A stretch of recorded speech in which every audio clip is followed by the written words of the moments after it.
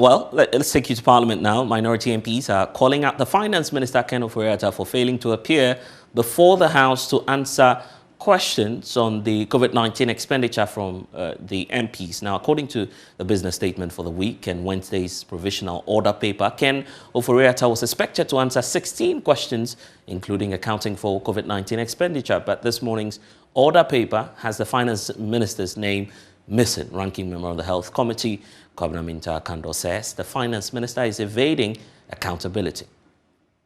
I mean, that has been his nature. I'm not surprised. There are a lot of outstanding questions for the minister responsible for finance, and sometimes at the last minute, he won't show up. And that has been his nature since the beginning of this session.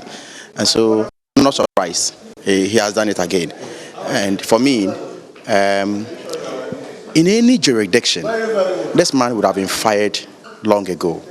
By the president? By the president. You see, he is not being fired by the president because he's keeping the parochial interest of the president. Because tell me one single reason why this finance minister should be in office by now. The president is simply satisfied with the performance of this minister? Yes, are you satisfied? The hardship we are going through today, are you satisfied? The inflation today and the economic conditions we are in today in Ghana can only be likened to the 80s. You know it. You know the exchange rate now. If you don't know, I can tell you, I can help you. Now, as I speak to you now, you need more than 8.12 Ghana cedis because you can get $1. That's how terrible it is. And the man is still in office. It is because he's keeping the parochial interest of the Akufo-Addo's family. Not you and I. They don't care. If he really cares, and this man has any conscience, he will not have the guts to go and sit on national television and be defending the building of Cathedral. Whilst countless number of these people, NAPCO people, have not been paid, while the National Health Insurance Authority, the fund, has not been paid. 2001 is still outstanding. We are in the 6th month of 2022. Not a penny has been paid with respect to 2022. We are using the money to build Cathedral. Well, there's more from Kwabena Minta-Kando, who says his side will not give up on exacting accountability from the Finance Minister. The Finance Minister, who has not yet accounted for COVID expenditure, who has distributed the COVID money like a roasted granite. But when he was sick, when he had COVID, because he belongs to the bourgeoisie class, he flew out of this country and attended one of the most expensive hospitals in the world. In the world. Yet, he will not release the pesos that is supposed to go to the National Health Insurance Authority, so that if you and I, if any of us is sick, he can comfortably use your National Health Insurance card to go for treatment or to go for health care. This is the man at the helm of affairs. Okay, so finally, I think within this session, your side has tried to get an investigation of a sort into COVID-19 expenditure. Yes. Now that the Finance Minister is not coming, do you think a kind of committee? The question I have seen on the order paper for me, and in my humble opinion, is a leading question. You cannot come by a question and account. Listen to the words. An account for COVID expenditure. These are the exceptional expenditure. We are talking in excess of 25 billion per the rules of the House. If you ask one supplementary question, you can't ask any. Okay? And questions are limited. Mr. Speaker can decide to take about 4 questions per a question on the order paper. You think 4 or 5 questions would be able to resolve COVID expenditure? We need a bipartisan probe into the entire expenditure and the receipt of COVID money. For me, the question on the order paper is not enough. But of course, another prayer, and look at the way they came. It's another prayer, the chief whip, who is leading him on a leading question. So at the end of the day, they will use Parliament to clear themselves and say, oh, he has accounted for COVID money. That is the procedure, and we will not accept that. Of course, he is a member of Parliament. I cannot prevent him from asking a question. He has a right to ask a question. But that will not suffice for an accountability on the COVID expenditure. That will not suffice. Time now for us to expand the conversation. Is there really lack of transparency in terms of the COVID-19 expenditure, and what should government be doing about this? Joining me now is Charles Agbev, a member of the Parliament's Health Committee on the side of the minority as well. And then we have Dr. Emmanuel Ayifa, Deputy Country Director for St. Ghana. Thank you, gentlemen, for your time. Let's start off by understanding the exact concerns of the minority. Charles Agbev, you understand what it is that your ranking was talking about. Many would say that you have a fine opportunity when the budget statement is presented for you to know the exact amount government has expended on COVID-19. Why then are you using special questions and urgent questions in the House to try and get some answers? Thank you very much for the opportunity, and a very good afternoon to your viewers. The reasons why we are, in fact, we are not comfortable with how COVID monies were received and the nature of the expenditure. This week, the Health Committee is embarking on some kind of oversight meetings with agencies under the Ministry of Health. And when we went to Kolebu told us government still owns them 5 million Ghana cedis. For what? COVID expenditure. Expenses they incurred in treating COVID patients. Then when we asked, the doctors present told us government owes them. Monies promised them when they were frontline staff. Insurance not paid. So the question was, so much money came in by way of COVID. Understanding what of this money being used. When you take the 2021 budget with me here, and I go to page 273, all the expenses government intends spending on COVID have been explained here, total amounting to 19.3. Some have been allocated to certain institutions, block amounts. Come and explain this. How did you disperse this money? How did the institutions use the money? It has been a problem. When you come to 2022 budget, same. You have original budget allocation, provision of free water and electricity for lifeline consumers, 200 million Ghana cedis. Self-explanatory. National COVID-19 response, 597.65 million. What is that? It's in the budget, 2022 budget. So what's the question? You doubt the finance minister? So the question is, finance minister, you received $1 billion from IMF. You received 430 million cedis from World Bank. You came to Parliament and you asked us to allow you to withdraw $250 million from what? The stabilization fund. You went to Bank of Ghana to take some money, 10 billion Ghana cedis from there. What did you use this money for? Should it be a problem? Should it? So is it not the case? Could it not be the case that you're not patient enough for the finance minister to account? For how long? And you know, you've not accounted for all these monies you've taken. Then you come back to us saying you should give you 75 million euros. You've not accounted for what we gave you. You're coming for more. Shouldn't you be concerned? Right. And that's why there's a need for us to talk about that trip you've been making, trying to ascertain what's happening on the ground. So we'll talk about that shortly. But let's also hear from Dr. Emmanuel Ayifa on this, who's the Deputy Country Director for St. Ghana. Thank you, sir, for joining us. So you've heard the concerns of the minority. Earlier this year, or somewhere late last year, you raised a similar concern about the issues of transparency regarding COVID-19 expenditure. Is the case different now from the assessment that you have? Thank you, my brother, for the opportunity. Let me just say that I don't think the minority members of parliament are asking too much. I do not think they are asking too much.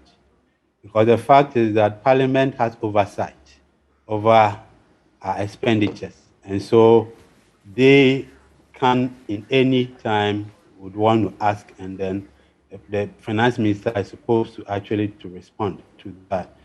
Like you indicated, some of the things that the honorable member is highlighting in terms of the sources of the COVID-19 related revenues, these are sources that clearly the finance minister in most instances came to Parliament to seek approval for. So if you sought approval to go to IMF, the World Bank, the EU, Bank of Ghana, and whatnot for such, it also behoves on Parliament, by virtue of their oversight responsibility, also to ask you how the money was spent. So I don't think they are asking too much. If you look into the 2022 budget, what we realize is that in terms of the expenditure, government accounted for up to the third quarter of 2021, which makes sense because the time that the budget was being read, 2022 budget was being read, that was in November. So it makes sense that maybe the last quarter information was not available. But the fact is that we are in the second quarter of 2022. So I don't think that it is out of place for them to ask. Let me just also indicate that even in terms of the World Bank figures, I remember in last year when we were asking of, they indicated to us that, oh, the loan that they got for World Bank was around, I think, 350 or so million. But this year, February, the World Bank country director came to tell us that was rather $430 million, in addition to another $130 million that was contracted basically to procure COVID vaccine. And so the fact is that if you have all these monies, and then we have different figures coming from the World Bank, different figures coming from the finance ministry, it's important that the finance minister comes out to clearly put the right figures out there. Maybe we also need to give him time because the media budget will be coming up very soon. I think somewhere, I think next month or so. And so the fact is that if some of these things are not clearly outlined in the media budget, right, then we can also have that opportunity. Yes, exactly. Because what I realized is that in 2021, they accounted for within the media, they accounted for what had been expended. But it still doesn't negate the fact that Parliament, by virtue of the oversight responsibility, can call the finance minister anytime to account. Accountability is key. Okay. In fact, there's a lot more we need to look at. Even as we speak in Parliament, we understand that the pressure is mounting for the finance minister to be dismissed, as the minority is calling for. Briefly, gentlemen, hold on for me. Let's hear from Kweku Asante, our parliamentary correspondent on this. Kweku, why is the minority asking for the dismissal of the finance minister?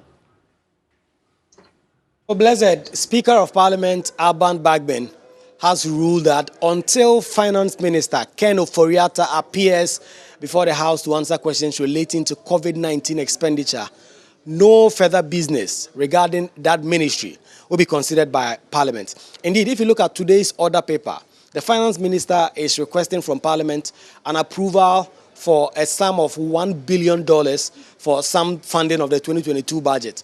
And so that has been stood down as we speak. What happened was, when members of Parliament came to the floor today and they found the order paper, they realized that the finance minister, who was scheduled to respond to questions today, was conspicuously missing from the order paper, and there was no explanations. And so in the morning, we spoke to Honorable Akando, the ranking member of the Health Committee, who said it was the finance minister's stock in trade to always evade answers in a bid to evade accountability, and that his side were going to demand that the finance minister answer questions. And so sitting delayed in the House for like 2 hours before sitting commenced. And when sitting commenced, the first thing that happened was Minority Whip Ahmed Ibrahim raised the issue on the floor and informed the Speaker that concrete action had to be taken by MPs, or the Finance Minister Ken Ofori-Atta will continue to take the House for granted in terms of how he comes to answer questions. And so both sides spoke. We actually heard from the majority whip, Frank Anadompre, who tried to explain that the finance minister was unavailable today, but will be coming to the House next week, Wednesday, to answer questions from the minority and also majority MPs, particularly relating to COVID-19 expenditure. That explanation did not go down well with the minority MPs. They insisted that the finance minister had to come and answer questions, or they will not consider any agreements or any loan agreements from him. In fact, last 2 weeks, the minister had come to the House to seek an approval of an amount to fund COVID-19 expenditure. When that happened, the minority side were able to get that kind of loan agreement stood down, because according to them, the finance minister must come and answer questions. And so the Speaker of Parliament actually suspended sitting for 10 minutes to try and see if leaders from both the minority and majority sides can or could reach a compromise. They could not. When the House resumed, Minority Leader Haruna Idrisu was the first to speak, and he requested that the $1 billion facility that Ken Ofori-Atta was looking for should not be considered, because if they did, then the finance minister was not going to respect Parliament. He would think that he can decide not to appear before the House and his business will be considered. But the majority leader, Oseche Mensah Bonsu, appealed that it is not that the minister is evading accountability and that his answers for the questions of MPs are ready, but because of some emergency issues, he could not be in the House today and will be coming next week, Wednesday, to answer those questions. So appealed that they should have some consensus, deal with the $1 billion loan facility that the minister was asking for, but the minority still won't budge. Then the Speaker of Parliament, Alban Bagbin, had to make a ruling, and his ruling was consistent with what he did 2 weeks ago, that the $1 billion agreement that was advertised on this other paper will not be considered, although it will be referred to the Finance Committee, but will not be considered until the minister comes to the House, answers questions from MPs, a myriad of questions from roads to COVID expenditure in particular. Then the Finance Committee could continue to consider that piece of business from the finance ministry. So as we speak, there is a clear ruling from the Speaker that from now until the minister appears before the House and answer questions, no piece of business, no legislation whatsoever from the finance minister will be entertained in the House of Parliament. Blessed. My colleague Kwekwa Santi joining us live from Parliament now. Let's go to Charles Agbova, because he just pointed out that clearly minority has also been doing some background checks, going to some health facilities. And he pointed out, for instance, Charles, about one of the facilities, which is Kolebu, which you were talking about, some more funds that are yet to be released by government to clear the debts there. Are you getting some more amounts coming through by the day? Thank you very much, Blessed. When this year, when most of the institutions met us and presented their budgets, you see in every institution some COVID expenditure. We ask them and they tell you they received some money from government for COVID activity, but it was always in arrears. They spent more than what they received. You know, almost all the teaching hospitals, the committee oversights all the 5 teaching hospitals in the country. All of them are owed COVID money. They treated patients, they were asked to treat patients free, they treated them all free, and they are owed those monies. Their frontline staff are owed monies. When you take those ones out, there are other institutions who also presented budgets to government for COVID activities. Yesterday we were with FDA, Foods and Drug Authority. You know, they had oversight on the vaccines that come into the country. Precisely. They had to ensure all the vaccines coming in are checked through their labs and made sure they are ideal for us to be vaccinated with. They had given a budget of 10 million Ghana cedis to government. They received only 1.5 million Ghana cedis. And so it's very obvious that there are institutions are there looking for their, their money. So the question you ask, with all these monies coming in, how were they dispersed? So where do you suspect these monies are going into? And that's why we want the minister to come and answer. If you want me to talk, really talk, I'll just refer you to one of the MPP regional aspirants in Tamale said.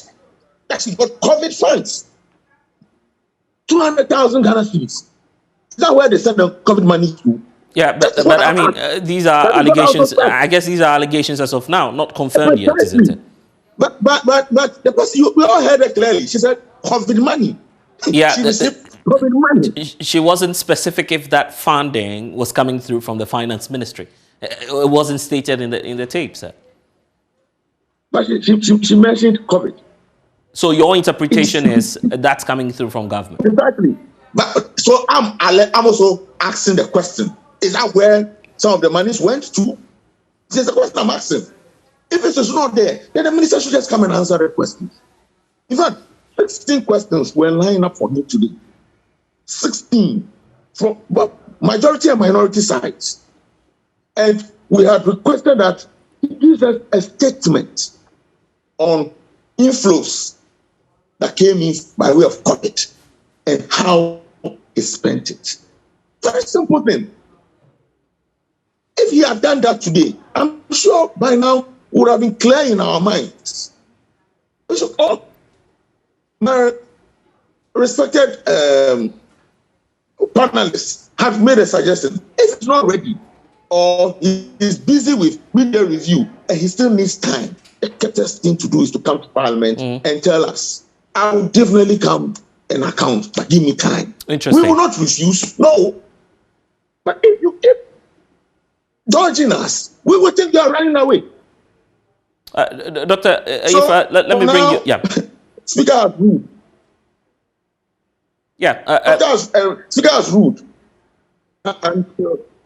until he comes to actually tell us and account for all COVID funds. We are not going to look at any other monies. We are very satisfied with that ruling. Right. Let's see how let's see how that will go. Dr. Ifa, the point is, what really would happen to the nation if we don't necessarily know where the COVID funds are going? The argument is it's donor funding anyway, a large chunk of it. So why complaining anyway when the funds is not coming from you or from your government directly? Yeah, and my brother, the fact is that these are not freebies from the World Bank or from the IMF. These are things that we're going to pay anyway. Let me just read something on the Ministry of Finance website. When the initial World Bank money kicked in, they said that the facility is a 30-year loan and will attract 0.5% interest rate and a service charge of 1.7%. So it's not like these are freebies. If even they are freebies, the fact is that they are meant for specific purposes, and it's important that it is used for that. So I still think that the Minister for Finance needs to come and account for it. The fact is, if you want to contract those loans, you are quick to go to Parliament to get it.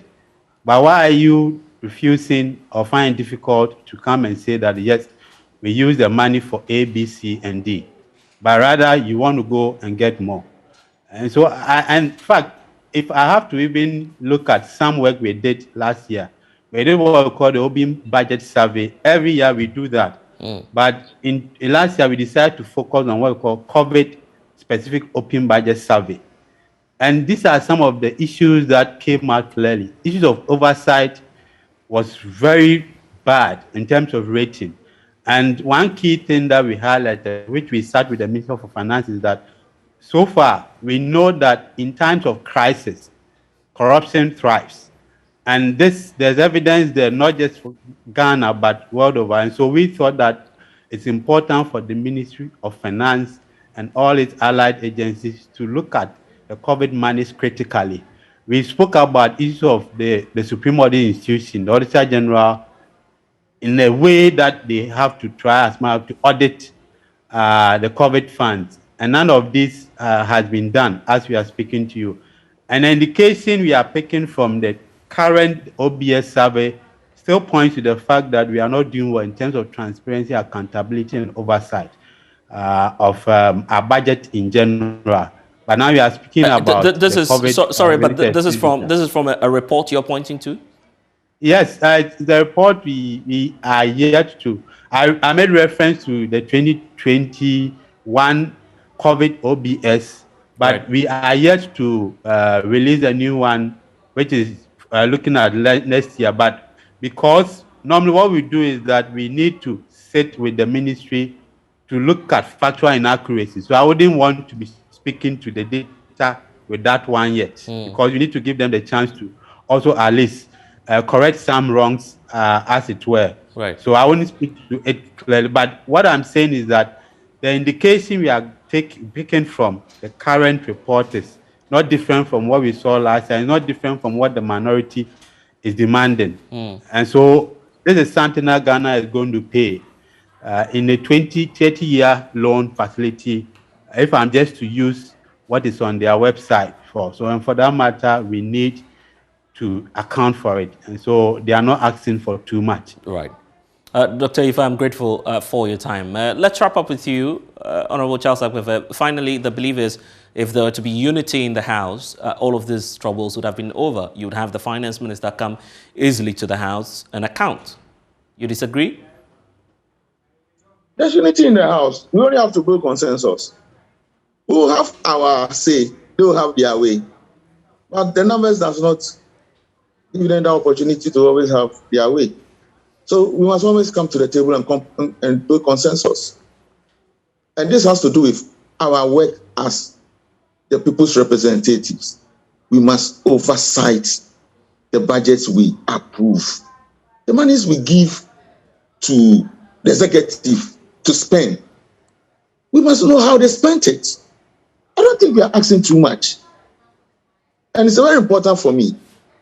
You know, we have a very important bill, the Vaccine Development and Manufacturing Bill, that will enable us to start producing vaccines. It has not still come to Parliament. What is happening to it?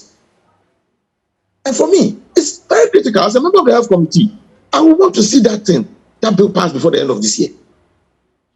Seriously. Because it will afford us the challenges we went through trying to get vaccine. You know of the Sputnik V issues. And so, if we have this bill passed, and I must put on record, our pharmaceutical manufacturing companies are ready. We went on inspection on some of the companies. You'll be amazed the kind of equipment they've acquired. They want just this bill to take off. And then the regulations. All right. Where's the money? Anyway. So I don't think we are asking too much. Yeah. And I hope next week, Wednesday, that has been scheduled for the minister to come. He will come and afford us to understand what actually COVID funds, how much came in, and what the funds was used for.